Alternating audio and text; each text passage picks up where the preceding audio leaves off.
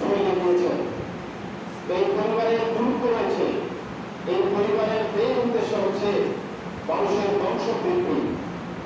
তাআলা বলেন ওয়াল্লাহু জাআলা লাকুম মিন আনফুসিকুম আজওয়াজা, আর আল্লাহ তোমাদের জন্য তোমাদের মধ্য থেকে জুড়ি সৃষ্টি করেছে। আমরা আমাদের মধ্য থেকে আমাদের সৌজাতি, আমাদের স্ত্রীরা হচ্ছে আমাদের সৌজাতি, অর্থাৎ মানুষের মধ্য থেকে মানুষের জোড়াকে তৈরি করেছে। এবং وجعل لكم من أزواجكم بنينا وحفظا ورزقكم من الطيبات, অতঃপর তোমাদের জোড়া থেকে তোমাদের পুত্র এবং নাতিপুতি সৃষ্টি করেছেন এবং তোমাদের পবিত্র বস্তু সমূহ থেকে রিজিক দান করেছেন। তো আল্লাহ তাআলা সূরা নাহলের 72 নম্বর আয়াতে বলেছেন যে তোমাদেরকে তোমাদের সৌজাতি তোমাদের জন্য একজন জোড়া সৃষ্টি করেছেন, এরপরে তোমাদের সন্তান সন্ততি তিনি তোমাদের মধ্য থেকে নাতিপুতি সৃষ্টি করেছেন। এই সন্তান সন্ততি যদি ঠিক মতো আমরা প্রতিপালন না করি তাহলে সেই পরিবারটা হয়ে যাবে একটা জাহান্নামের পরিবার। আর যদি আমরা সন্তান সন্ততি ঠিক মতো পালন করি তাহলে সেই পরিবারটা হয়ে যাবে একটা জান্নাতের পরিবার। আল্লাহ তাআলা আমাদেরকে যাতে করে আমরা উত্তম পরিবার গঠন করতে পারি, আমরা যাতে নিজেও আমাদের কি হক রয়েছে স্ত্রীর প্রতি, স্ত্রীর কি হক রয়েছে স্বামীর প্রতি, সেই নিয়মটার উপরে যদি আমরা ঠিক মতো জানতে পারি, না হলে আমাদের এই পরিবারে আমরা একে অপরের হক আদায় করতে পারব না। আল্লাহ তাআলা বলছেন যে এই যে এক মানুষ থেকে সৃষ্টি করার পরে তিনি আমাদেরকে বললেন ইয়া আইয়ুহান নাস ইন্না খালাকনাকুম মিন যাকারিন ওয়া উনসা, এই মানুষ, এই দুনিয়ার মানুষ, তোমাদেরকে আমি একজন পুরুষ এবং এক নারী থেকে সৃষ্টি করেছি। ওয়া জাআলনাকুম শুউবান ওয়া কাবাইলা লিতাআরাফু, আর তারপর তোমাদেরকে বিভিন্ন বংশ এবং গোত্রে ভাগ করেছি যাতে করে তোমরা একে অপরকে চিনতে পারো। আল্লাহ তাআলা যখন আদম আলাইহিস সালামকে সৃষ্টি করেন পৃথিবীর বিভিন্ন প্রান্ত থেকে মাটি কালেকশন করে তারপরে কাদা মাটি দিয়ে সেই মানুষকে তৈরি করেছেন, যার কারণে তার বংশধর কেউ ফর্সা হয়, কেউ কালো হয়, কেউ শর্ট হয়, কেউ লম্বা হয়, বিভিন্ন ধরনের হয়ে থাকে। তো আল্লাহ তাআলা এইভাবে বিভিন্ন বংশে গোত্রে ভাগ করেছেন শুধুমাত্র একে অপরকে চিনার জন্য। দেখবেন যে চাকরা মানুষগুলো একরকম, চাইনিজ মানুষগুলো আরেক রকম, বাংলাদেশের মানুষ একরকম, ইরানের মানুষ আরেক রকম, রাশিয়ার মানুষের চামড়া আরেক রকম। এটা শুধুমাত্র লিতাআরাফু, যাতে করে তোমরা একে অপরকে চিনতে পারো, পরিচিত হতে পারো। সেই জন্য আল্লাহ তাআলা এখানে কোনো ফর্সা, কালো, লম্বা, খাটো এর মধ্যে আলাদা কোনো মর্যাদা নেই। শুধুমাত্র মর্যাদা রয়েছে ইন্না আক্রামাকুম ইনদাল্লাহি আতকাকুম, তোমাদের মধ্যে সবচেয়ে মর্যাদাবান আল্লাহর কাছে সেই যে হচ্ছে সবচেয়ে বেশি তাকওয়াবান। তো একটা লোকের সৌভাগ্য চারটা জিনিসের উপরে নির্ভর করে। একটা মানুষের সৌভাগ্য নির্ভর করে চারটা জিনিসের উপরে। সহিহ আহমদের একটি হাদিসে আল্লাহ রাসূল সাল্লাল্লাহু আলাইহি সাল্লাম বলেন, এই হাদিসটি সাদ বিন আবি ওয়াক্কাস রাদিয়াল্লাহু তাআলা আনহু বর্ণনা করছেন। আর সাদ বিন আবি ওয়াক্কাস قال قال رسول الله صلى الله عليه وسلم أربع من سعادة, তোমাদের সৌভাগ্যের নিদর্শন হচ্ছে চারটি। এক, আল মারআতু সালিহা, গুণবতী স্ত্রী। দুই, ওয়াল মাসকানুল ওয়াসিয়া, প্রশস্ত বাড়ি।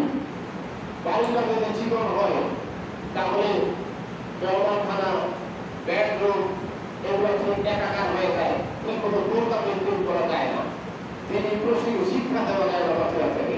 এই জন্য প্রশস্ত বাড়ি হচ্ছে সৌভাগ্যের একটি নিদর্শন। উত্তম পূর্ণবতী স্ত্রী হচ্ছে সৌভাগ্যের একটি নিদর্শন। এরপরে উত্তম প্রতিবেশী।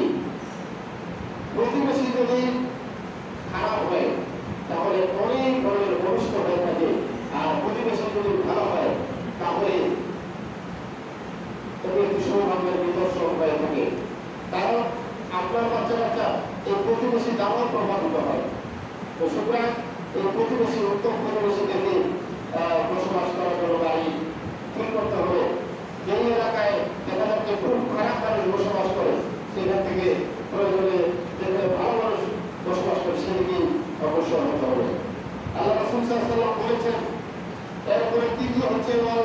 মারকাবুল হাদিদ,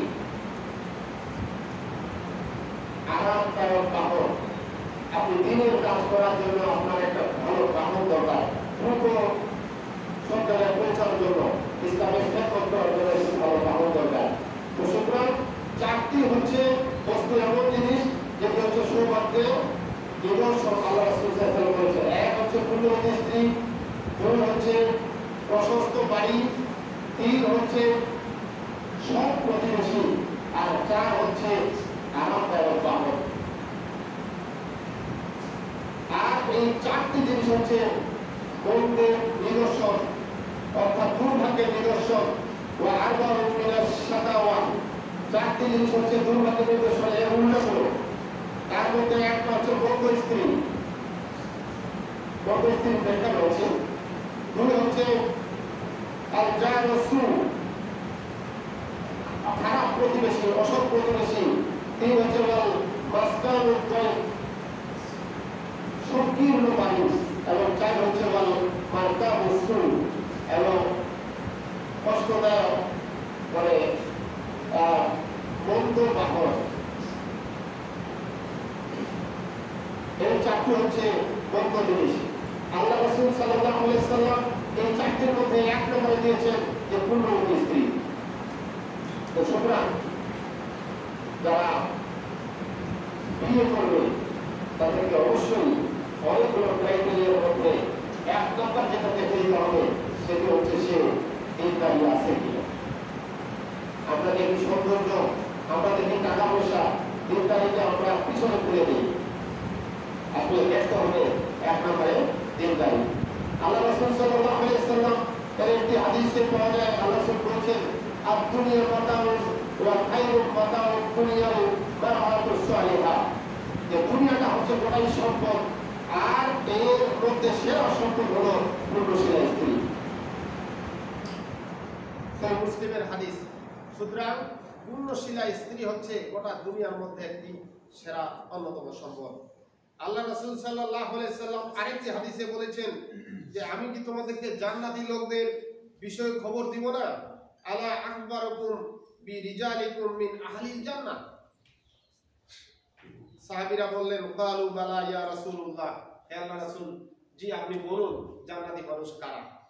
আল্লাহ রাসূল বললেন, ক্বালা নাবিয়্যু ফিল জান্নাতি, নবীরা হচ্ছেন জান্নাতি, ওয়াস সিদ্দিক ফিল জান্নাত, যারা সিদ্দিক সত্যবাদী তারা হচ্ছে জান্নাতি, ওয়াস শাহিদ ফিল জান্নাতে, শহীদরা হচ্ছে জান্নাতি, এবং ভূমিষ্ঠ সন্তান হচ্ছে জান্নাতি।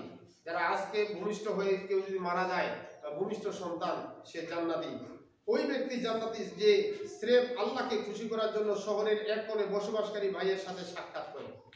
আপনি দিনের দাওয়াত দেওয়ার জন্য বা দিনের মেসেজকে পৌঁছিয়ে দেওয়ার জন্য, অথবা কোরআনের একটি আয়াতকে আপনি জানেন, আল্লাহ রাসূল সাল্লাল্লাহু আলাইহি ওয়াসাল্লামের একটি হাদিস হচ্ছে, বাল্লিগু আন্নী ওয়ালাউ আয়াত, তুমি যদি একটা আয়াত জানো তাহলে সেই আয়াতটা তুমি পৌঁছিয়ে দাও। সে পৌঁছিয়ে দেওয়ার জন্য, আল্লাহর সন্তুষ্টির জন্য শহরের ওই দূরে একজনকে দেখার জন্য, শুধুমাত্র আল্লাহর সন্তুষ্টির জন্য সে যায়। সে হচ্ছে যতক্ষণ যাবে আসবে ততক্ষণ সে জান্নাতি হিসেবে আল্লাহ রাসূলের জিম্মায় থাকবে। সুবহানাল্লাহ। আর ওই স্ত্রী জান্নাতি যে তার স্বামীর প্রতি সর্বাধিক প্রেমময়ী,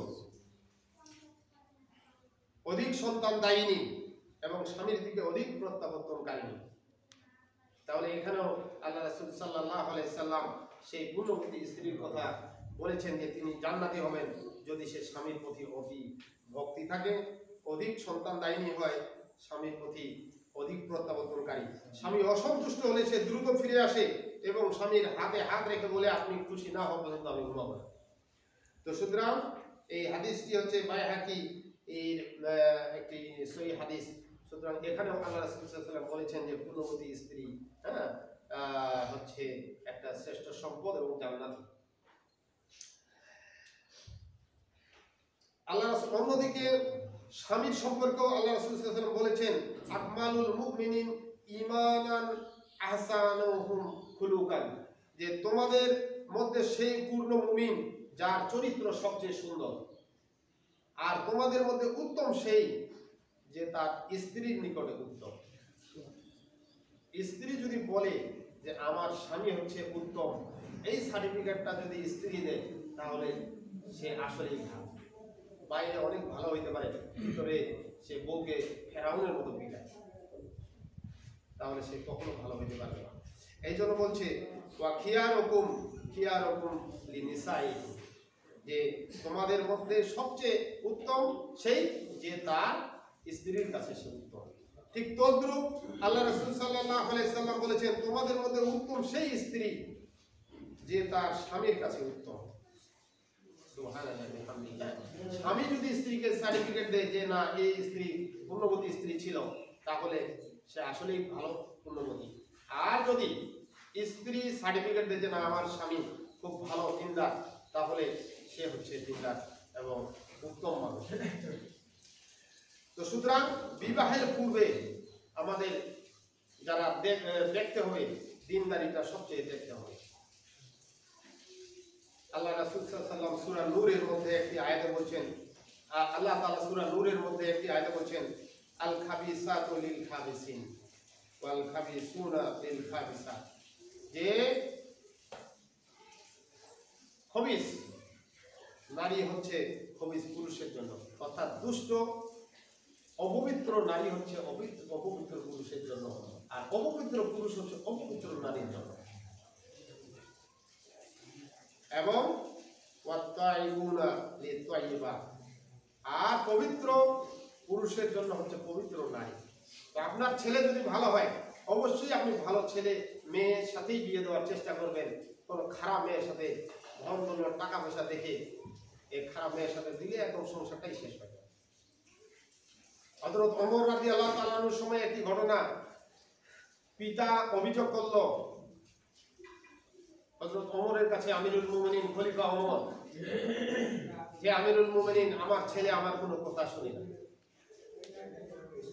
সে আমার একদম অবাধ্য। হযরত ওমর রাদিয়াল্লাহু তাআলা আনহু ছেলেকে ডাকলেন, পিতাও ডাকলেন, ছেলেকে বললেন যে তুমি তোমার পিতার কথা কেন শোনো না? তোমাকে তো আমি শাস্তি দেব। ছেলে বলতেছে যে আমিরুল মুমিনিন, সব দায়িত্ব কি ছেলে, বাপের কোনো দায়িত্ব নাই? ওমর রাদিয়াল্লাহু তাআলা বললেন হ্যাঁ দায়িত্ব আছে। কি দায়িত্ব? যে বাপ অবশ্যই বিয়ের আগে একটা পুণ্যবতী মেয়েকে বিয়ে করবে, এরপরে সন্তান হলে তার একটা সুন্দর ইসলামী নাম রাখবে, এরপরে তাকে দিনদারি শিখাবে। তো সে বললো আমার বাপ এগুলোর একটাও করে।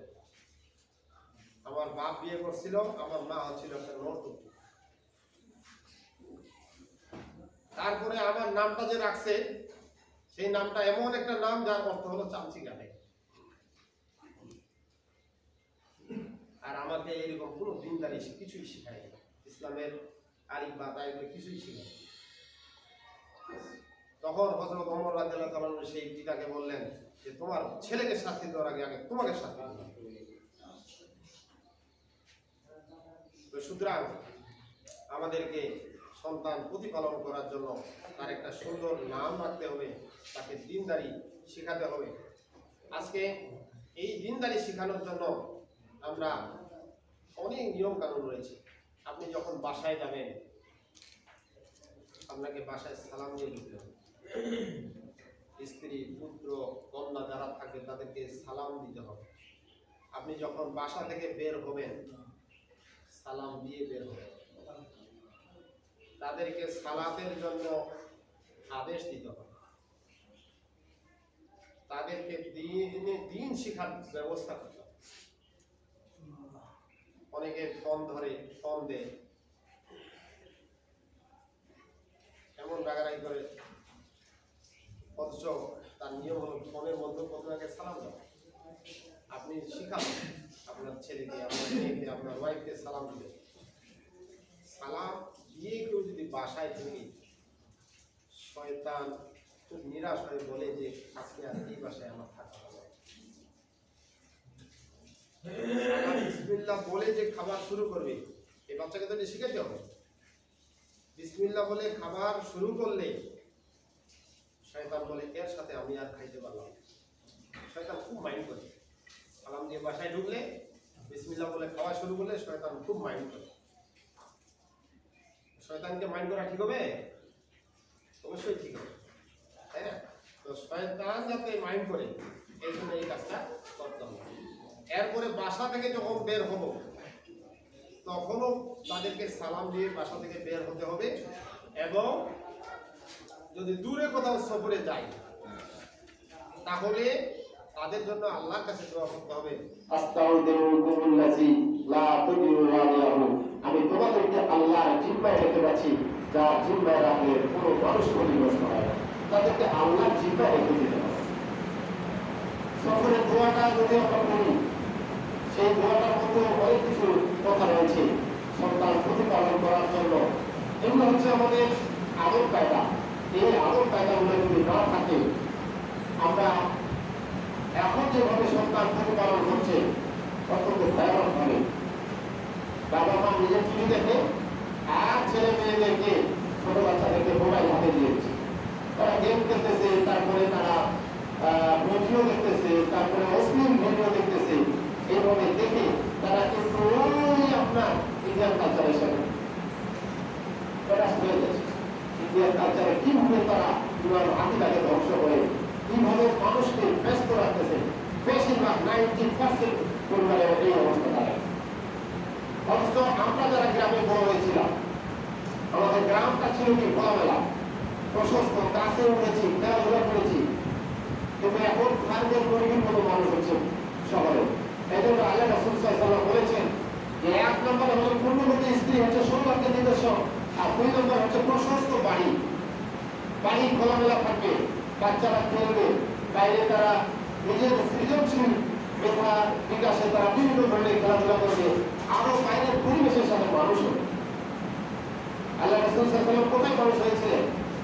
তিনি কুরাইশ বংশে জন্মগ্রহণ করেছিলেন।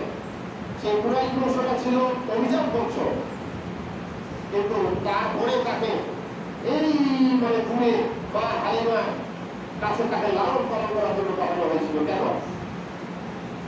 তার কারণ হচ্ছে তাকে টাউন থেকে কিন্তু গ্রামে দেওয়া হয়েছিল। যে এই বংশটা হল বেদুইন বংশ, এবং এইখানে যদি কেউ বড় হয় তাহলে তার রোগ প্রতিরোধ ক্ষমতা বেড়ে যায় এবং সে সহজে মারা যাইত না। কারণ সেই সময় কুরাইশ বংশে এই সময় বাচ্চা কিন্তু মারা যায় ঠিক না। এই জন্য তাকে ঘুরে দেওয়া হইল।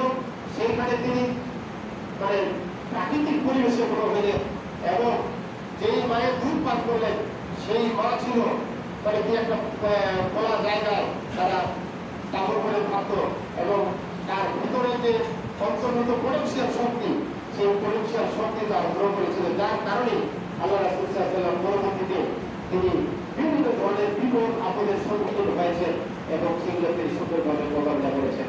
আল্লাহ তাদের ইঙ্গিতে, আল্লাহ তাদের ইচ্ছায় তাকে এইভাবে বড় করা হয়েছিল। তো আল্লাহ রাসূল সাল্লাল্লাহু আলাইহি ওয়াসাল্লাম এই হাদিসে বলছেন যে সৌভাগ্যের প্রতীক হচ্ছে প্রশস্ত বাড়ি। সন্তান হলে বাড়িটা এভাবে প্রশস্ত করতে হবে। সেই বাড়ির মধ্যে এমন কিছু ব্যবস্থা থাকতে হবে সেখানে যাতে মেহমান খানা এবং নিজের থাকার ঘরটা একটু সেপারেট হয়। সেখানে যাতে একটা পুরা বই পুস্তকের ছোট একটা আলমারি লাইব্রেরির মতো থাকে। সেখানে অবশ্যই অলঙ্কার করার জন্য না। আমাদের তো এখন 10 তলা বিল্ডিং হচ্ছে, 5 তলা বিল্ডিং হচ্ছে, এবং সেখানে সব বলতেছে যে হ্যাঁ আমার কত তারা বিল্ডিং রয়েছে, অথচ ওখান থেকে কোনো বিনো কোরআনের আওয়াজ বের হচ্ছে না। তো সুতরাং আমাদের এই বিষয়টা খেয়াল রাখতে হবে যে আমাদের বাড়ি করতে হবে, বাড়ি করার সময় যাতে খেয়াল রাখতে হবে যে এই বাড়িটা হয়ে যায় একটা দেবদারি বাড়ি। আল্লাহ তাআলা আমাদেরকে অনেক নিয়ামত দিয়েছে, এবং এই নিয়ামতগুলো যদি আমরা উত্তমভাবে ব্যবহার করি, আল্লাহকে ভয় করি, তাহলে সেটা তাকওয়ার বিরোধী হবে না। সামর্থ্য থাকলে এগুলি দ্বারা বাড়িতে সর্বাধিক সুবিধা বর্ধিত করে আমাদেরকে চলতে হবে। কারণ আল্লাহ রাসূল সাল্লাল্লাহু আলাইহি ওয়াসাল্লাম বলেছেন, ইন্নাল্লাহা ইউহিব্বু আন ইয়ারা আসারু নি'মাতি আলা আবদিহি, যে নিশ্চয়ই আল্লাহ তার বান্দার উপরে তার নিয়ামতের নিদর্শন দেখতে ভালোবাসেন। একটা লোক বড় হয়ে ভুল করে বলি, সে যদি ছেঁড়া জামা পরে আসে আর সেই বান্দা তার বলে একটা পুরাতন সাইকেল নিয়ে ঘোরাফেরা করে, তাহলে সেটা আল্লাহ পছন্দ করে। তার টাকা আছে, সামর্থ্য আছে, সে দ্রুত যাইতে পারে, তাহলে সে কেন এইভাবে করবে? এটা তো অহংকারের কিছু না। সে নিয়ামত ভোগ করবে, এই নিয়ামতের সে শুকরিয়া করবে। এটাই হচ্ছে মানে বৈশিষ্ট্য। এই জন্য সৌভাগ্যের নিদর্শন হচ্ছে 1 নম্বরে পূর্ণবতী স্ত্রী, 2 নম্বরে প্রশস্ত বাড়ি। বাড়ির জন্য যে নিয়মগুলো করতে হবে, যে এই বাড়িটাকে অথবা আল্লাহর জিকিরে পূর্ণ রাখতে হবে। এই বাড়িটা হতে হবে আল্লাহর জিকিরে পরিপূর্ণ। এই বাড়িটা যদি এই বাড়ি থেকে যদি কোরআনের আওয়াজ না বের হয়, তাহলে এই বাড়িটা হচ্ছে মৃত বাড়ি, এটা কবরের মতো। আল্লাহ রাসূল সাল্লাল্লাহু আলাইহি ওয়াসাল্লাম বলেছেন যে তিনি যখন প্রথমে বাড়িতে ঢুকতেন, তিনি প্রথমে মিসওয়াক করতেন। তারপরে তিনি বলেন, যে বাড়িতে আল্লাহ স্মরণ করা হয় ও যে বাড়িতে স্মরণ করা হয় না, সেই দুটি বাড়ির তুলনা হচ্ছে জীবিত এবং মৃতের ন্যায়। যে বাড়িতে আল্লাহ স্মরণ করা হয়, আল্লাহ জিকির করা হয়, সেটি হলো জীবিত বাড়ি। আর যে বাড়িতে আল্লাহ জিকির করা হয় না, নাচ গান থাকে, সে বাড়ি হচ্ছে ডেড বাড়ি, কবরের মতো।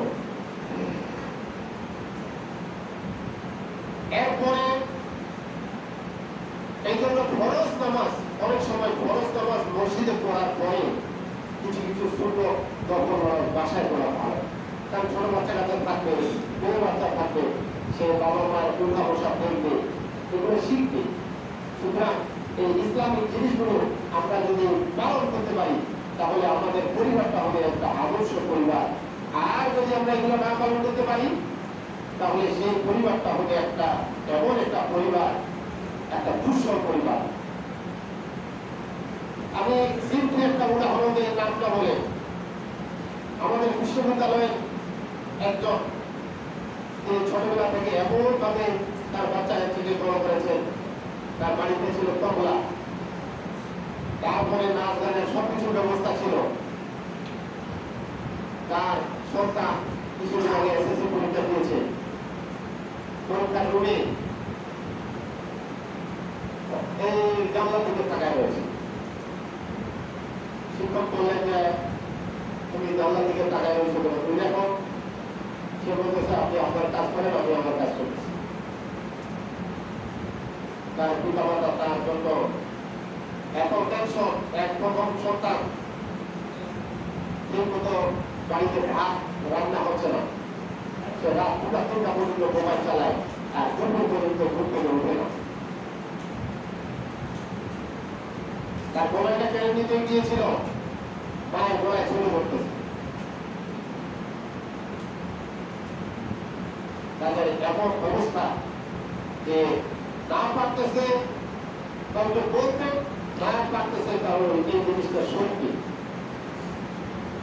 রিসেন্টলি শুনলাম তাকে ঢাকায় ভর্তি করে হাত পা বেঁধে তাকে এমনও করতে পারে যে হয়তো কোনো ওষুধ দিয়ে মোবাইল পায় না, ডাক্তার এগুলোই বলছে। এই জিনিসগুলো কি আমরা চাই না? তাহলে এই ছোটবেলা থেকে এই কাজটা করতে হবে। তাহলে আমি লাগাবো একটা নিম গাছ, আর আমি আশা করবো খেজুরের রসটা তো হবে না। আমি টিকা লাগাইলে টিকাই পাবো। আমি যদি মানে খেজুরের গাছ লাগাই, তাহলে খেজুরের রস পাবো। আমি যদি নিম গাছ লাগাই, নিমের রস পাবো। আমি লাগাইছি সেই রকম গাছ বাংলা পরিবেশ বড় করার জন্য, তাহলে আমি কিভাবে আশা করতে পারি যে বড় হয়ে আমার সন্তান আমার জন্য দোয়া করবে, আমার জন্য সে চক্ষু ঠান্ডাকারী হবে? এই বিষয়গুলো আমাদেরকে খেয়াল রাখতে হবে। আগে আমাদের বাবা মা আমাদেরকে সময় দিয়েছে, অথচ এখন এই সময় না দেওয়ার কারণে আমাদের সন্তান কোথায় যাচ্ছে। আমি কয়েকদিন আগে শহরে দেখলাম, একটা কোচিং থেকে বের হয়ে একটা ছেলে একসাথে 2টা সিগারেট নিয়ে টানতে গিয়ে কিছুদিন পরে আরেকটা ফ্রেড করে দিল। ওই একাই 2টা টানতেছে। যদি ওখানে তার সাথে কেউ পরিবারের কেউ থাকতো, তাহলে তো সে এটা সুযোগ পাইত না। আর ওই দেখা যায় বন্ধু হয়তো খাচ্ছে না, কিন্তু অল্প দিলে দিল টানটা, ওই আবার দেখতেছে যে নাক দিয়ে ধোয়া বাইরে ওই কেমন লাগে। এই যে একটা অবস্থা, এইভাবে বিড়ি সিগারেট থেকে আস্তে আস্তে সে টাকা অল্প করে ঢোকাই যাবে, আস্তে আস্তে সে পড়াশোনা থেকে অমনোযোগী হবে। এরপরে পরীক্ষা রেজাল্টের আগে তো ভুল হবে না, তখন সে কিছু খাই নেবে। আরো কিছু 2 বোতল 3 বোতল ফেসিলিটি খাইল, সে তো এলোমেলো হবেই। এই জন্য আল্লাহ তাআলা সূরা নিসার যে আয়াতে বলছেন, হে মানুষ, ইয়া আইয়ুহান নাস ইত্তাকু রাব্বাকুমুল্লাযী খালাকাকুম মিন নাফসিন ওয়াহিদা ওয়া খালাকা মিনহা যাওজাহা ওয়া বাসসা মিনহুমা রিজালান কাসীরান ওয়া নিসাআ ওয়াত্তাকুল্লাহাল্লাযী তাসাআলুনা বিহি ওয়াল আরহাম ইন্নাল্লাহা কানা আলাইকুম রাকিবা। হে মানুষ, তোমরা ভয় করো সেই রবকে যিনি তোমাদেরকে এক মানুষ এবং এক মানবী থেকে সৃষ্টি করেছেন, এরপরে তিনি ছড়িয়ে দিয়েছেন অনেক মানুষ। এবং তোমরা সেই আল্লাহকে ভয় করো যে আল্লাহ ওসিলায় তোমরা একে অপরের কাছে চাও, পছন্দ করো এবং তোমরা আত্মীয়তার সম্পর্ক সিদ্ধ করিও। আর তোমরা যা কিছু করো আল্লাহ তাআলা তোমাদের সব কিছুর উপরে সতর্কভাবে তিনি তত্ত্বাবধান করছেন, সব খবর তিনি আমাদের রাখেন। এই জন্য সব অল্প কথায় হয়তো সম্ভব না। আমাদেরকে ইসলামী পরিবার যদি আমাদেরকে গড়ে তুলতে হয়, তাহলে প্রথম কথা হলো আমাদের ছেলে এবং মেয়েকে ইসলামী কায়দায় বড় করতে হবে। এরপরে তাদেরকে বিয়ে দেওয়ার সময় অনেক পরিবর্তন এখন এমন অবস্থা হয়ে গেছে, ওই একটা কি বিয়ে করবে এটা ওর ব্যাপার, মানে বর্তমানে সিস্টেম প্রায় উঠে গেছে। তো কি জানে, হয়তো আগুনের যে কোনো আগুনের সামনে পাবে ও তো বলে যাবে, সে মা বলবো তো সে আরে এখন ওষুধ দেখবে না, বাড়িতে নিয়ে আসবে এমন শেষে ওই বউ বলবে যে এই বুড়া বুড়ি যদি বাড়িতে পারি আমি আর বাড়িতে থাকবো। এরকম বহু ঘটনা বলছে। শেষে বুড়া বুড়িতে বাইর করে দিচ্ছে, বাইর করে দিয়ে তারা আবার উনিও ভুল করছে, ভুল করে দেখা যাচ্ছে যে চলাচল রেখে দিচ্ছে। এইরকম বহু ঘটনা হচ্ছে। কদিন আগে সে লিখে দিয়েছে, সে করে সরকার সুন্দর বের করে দিয়েছে। এগুলো আমাদেরকে খুব খেয়াল রাখতে হবে, কারণ একটা পরিবার হচ্ছে একটা সমাজের একটা নিউক্লিয়াস। এই নিউক্লিয়াস, এই কেন্দ্র যদি ঠিক থাকে, আপনি দেখেন, আপনি যেদিন বাড়িতে ভালো থাকবেন, যেদিন বাড়ি থেকে ভালো সন্তুষ্ট চিত্তে বাসায় থেকে বের হবে, ওইগুলো আপনার দোকানে আপনার মনটা ভালো থাকবে, অফিসে আপনার মনটা ভালো থাকবে, আপনার পড়াশোনায় ভালো হবে, আপনার কাজের ক্ষেত্রে সব দিক দিয়ে ভালো হবে। আর ওই ডাকাডাকি করে বাসা থেকে গেলে দেখবেন যে খাওয়া দাওয়া মানুষের উপরে খারাপ ব্যবহার করতেছে, সবকিছু নষ্ট হয়ে যাচ্ছে। আল্লাহ তাআলা বলছেন যে তোমরা ভয় করো সেই আল্লাহকে, যিনি তোমাদেরকে সৃষ্টি করেছেন এবং তোমাদের উপরে সতর্কভাবে তিনি দৃষ্টি রাখছেন। তিনি তোমাদেরকে যে নিয়ম কানুনগুলো দিয়েছেন সেই নিয়ম কানুনগুলো তোমরা মানো। তো আল্লাহ তাআলা আজকের যে বিষয়টি, এই মসজিদে আমি গত দিনে এসেছিলাম, কিন্তু এই ঘটনা হলো সত্য যে অনেক দেরিতে যে মসজিদের মুসল্লিরা এখানে আসতেছে, এখানে যদি সাপ্তাহিক কিছু কথা শুনতে হয় তাহলে একটু আগে আসতে হবে, না হলে আমরা দিনের কোথাও শিখতে পারবো না এবং সে অনুযায়ী আমরা আমলও হতে পারবো। আল্লাহ তাআলা আজকে এই খুতবার যে আলোচ্য বিষয় যে উত্তম আদর্শ, একটি উত্তম পরিবার, আদর্শ পরিবার, ইসলামী পরিবার, এই পরিবারের জন্য আমাদের গবেষণা করা উচিত। এই পরিবারের জন্য আমাদেরকে সন্তান সন্ততিকে সময় দেওয়া উচিত, তাদেরকে তিনি পরিবেশে, তিনি শিক্ষায় শিক্ষিত করা উচিত এবং তাদেরকে ইসলাম এবং বিজ্ঞান সব দুটোই শিখাইতে হবে। এই বিষয়গুলো যাতে আমরা একটু করে বেশি করে বুঝতে পারি, সেই তৌফিক দান করুন আল্লাহ। আমিন।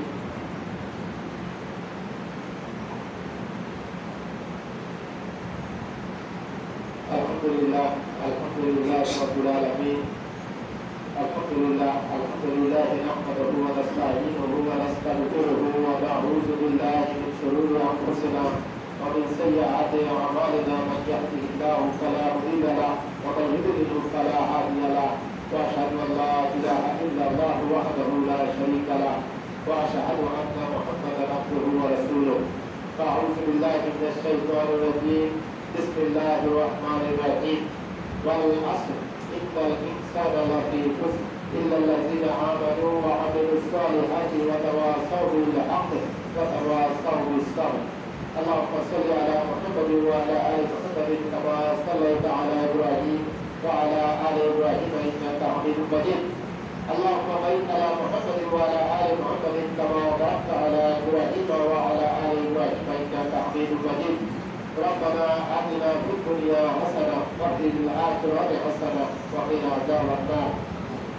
ربنا ظلمنا أنفسنا وإن لم تغفر لنا وترحمنا لنكونن من الخاسرين. رب اجعلني مقيم الصلاة ومن ذريتي ربنا وتقبل دعاء رب اجعلني مقيم الصلاة ومن ذريتي ربنا وتقبل دعاء সবাই পড়ে রব্বুর হামহুমা কামা রাব্বায়ানি সাগীরা রব্বুর হামহুমা কামা রাব্বায়ানি সাগীরা। আল্লাহ তাআলা আজকে যে বিষয়টি আলোচিত হলো উত্তম ইসলামী পরিবার গঠনের জন্য যে বিষয়টি আলোচিত হলো এর উপরে আমল করে আমাদের পরিবারকে ইসলামী কায়দায় সাজানোর তৌফিক দান করুন আল্লাহুম্মা আমিন। আল্লাহ তাআলা আমাদের সন্তান সন্ততিরা যাতে ইসলামী পরিবেশে বড় হয় সেই তৌফিক আমাদেরকে দান করুন। আল্লাহ তাআলা আমাদেরকে আমাদের পিতামাতারা যে কষ্ট করে বড় করেছেন লালন পালন করেছেন আপনি তাদের কবরকে জান্নাতে টুকরো বানিয়ে দিন। আল্লাহ তাআলা আমাদের মধ্যে যারা অসুস্থ সবাইকে সুস্থতা দান করুন। আল্লাহ তাআলা আমাদের মধ্যে যারা শিক্ষার্থী এই শিক্ষার্থীদের মেধাকে আরো বাড়িয়ে দিন, তাদেরকে বিজ্ঞান এবং কোরআন এই বিষয়গুলি শিক্ষার তৌফিক দান করুন। রব্বি জিদনি ইলমা রব্বি জিদনি ইলমা। إن الله يأمر بالعدل والإحسان وإيتاء ذي القربى وينهى عن الفحشاء والمنكر والبغي يعظكم لعلكم تذكرون فاذكروني أذكركم واشكروا لي ولا تكفرون.